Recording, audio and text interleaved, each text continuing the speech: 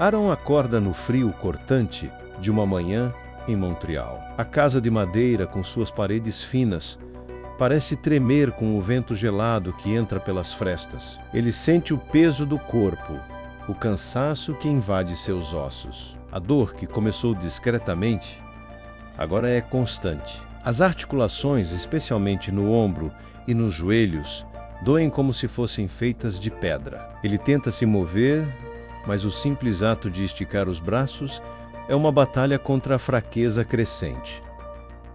Era inverno em Montreal, e as ruas estavam cobertas de neve, com um céu cinza e ameaçador.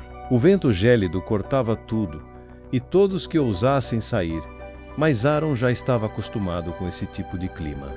Era uma cidade que refletia sua própria dureza, fria, resistente e marcada por suas próprias cicatrizes. Ele se arrasta até o espelho, tentando enxergar algo além da dor no rosto refletido. Mas tudo o que vê é um homem diferente, alguém mais velho.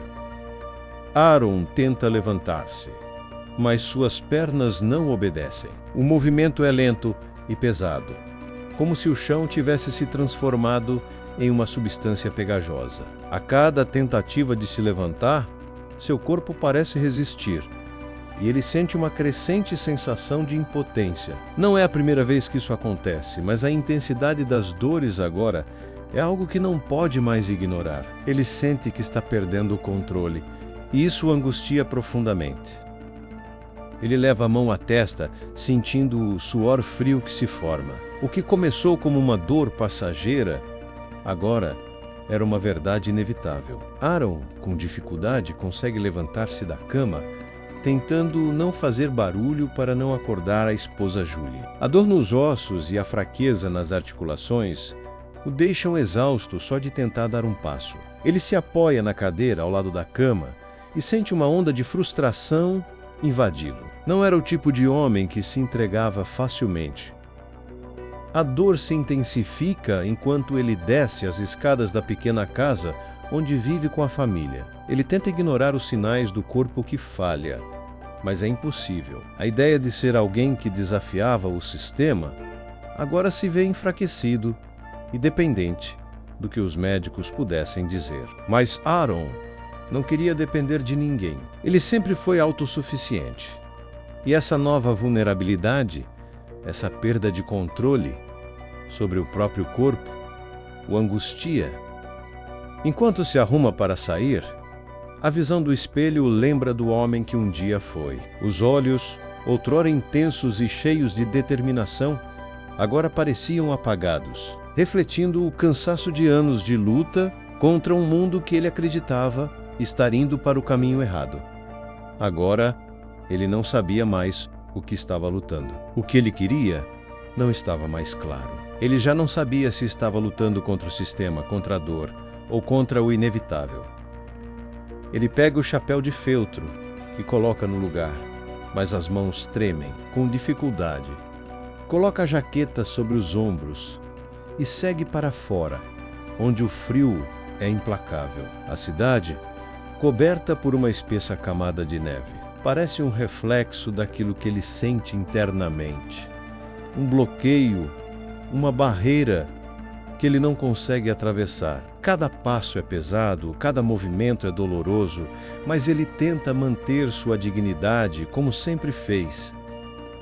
Ao chegar à redação do jornal, onde trabalha, Aaron é recebido com olhares atenciosos e discretos. Ele não precisa de palavras para saber que seus colegas começaram a perceber a mudança. Mas ninguém fala sobre isso. A equipe está acostumada com um repórter enérgico e ativo que se envolvia profundamente nas histórias. Mas hoje, ele não é mais esse homem. Aaron se arrasta até sua mesa, sentindo o peso de seu corpo, o cansaço acumulado, tentando se agarrar ao trabalho. A matéria que precisa escrever sobre as condições de vida dos trabalhadores em fábricas no interior de Quebec exige dedicação, mas Aaron já não tem a mesma capacidade de concentração. Ele tenta escrever, mas sua mão esquerda falha ao segurar a caneta. Ele sente a tensão crescente em seus dedos. O que antes parecia uma ação automática agora é um esforço imenso. Ele desvia os olhos do papel e olha para a janela, observando a neve caindo lentamente. O telefone na sua mesa toca, quebrando o silêncio. A voz familiar do editor de notícias soa ansiosa. Aaron, a história precisa ser terminada logo. Não podemos perder a oportunidade de publicar. Aaron respira fundo e tenta, mais uma vez, forçar sua mente a se concentrar. Mas algo dentro de si o impede. Ele não consegue mais se sentir tão envolvido com as histórias externas, quando a sua própria vida está em ruínas. As palavras se desvanecem.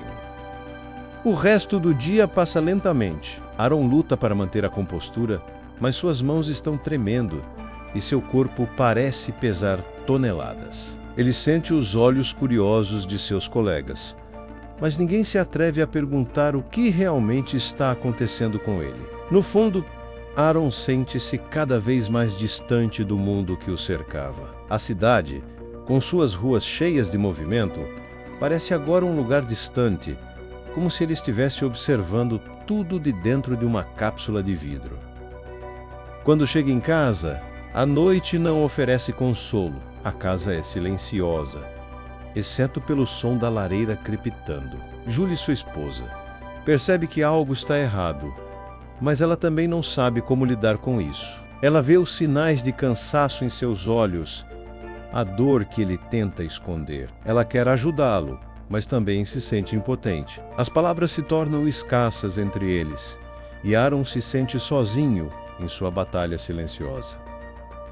Naquele silêncio, a dor se torna mais palpável. A doença não é apenas física, ela é uma constante lembrança de que, por mais que Aaron tenha se dedicado à luta contra as injustiças do mundo, ele não pode lutar contra o próprio corpo. E assim, a noite cai sobre Montreal, fria e silenciosa, e Aaron se vê em uma luta que ele não sabe como vencer.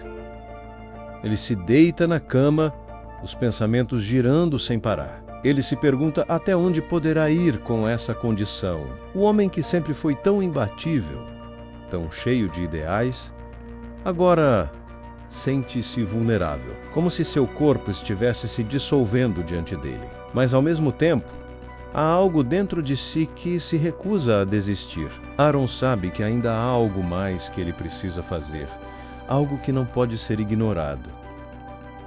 Nos meses que se seguiram, Aaron não pôde mais ignorar a gravidade de sua condição. Seu corpo, antes ágil e forte, estava a ceder diante de uma doença que parecia imbatível. Os tratamentos médicos locais em Montreal se mostraram inúteis, e os médicos, embora compassivos, não tinham respostas. Foi então que a desesperança o impulsionou a buscar soluções mais radicais. Ele começou a viajar pelo mundo em busca de uma cura.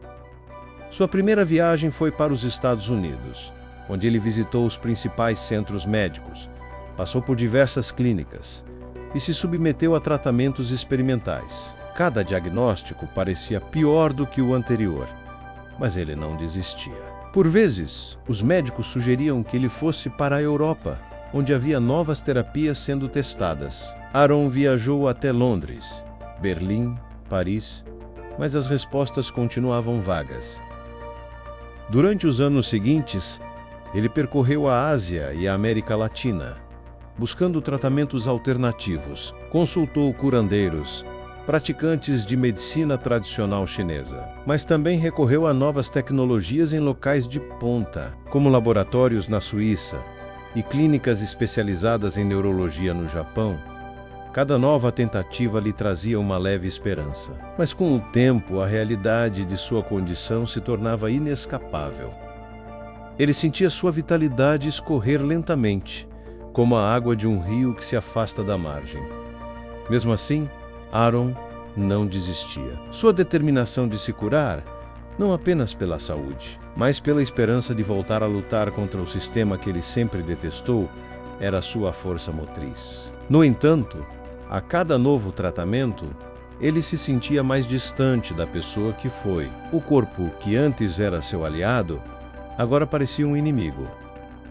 Após anos de busca, Aaron se viu em um hospital de Buenos Aires.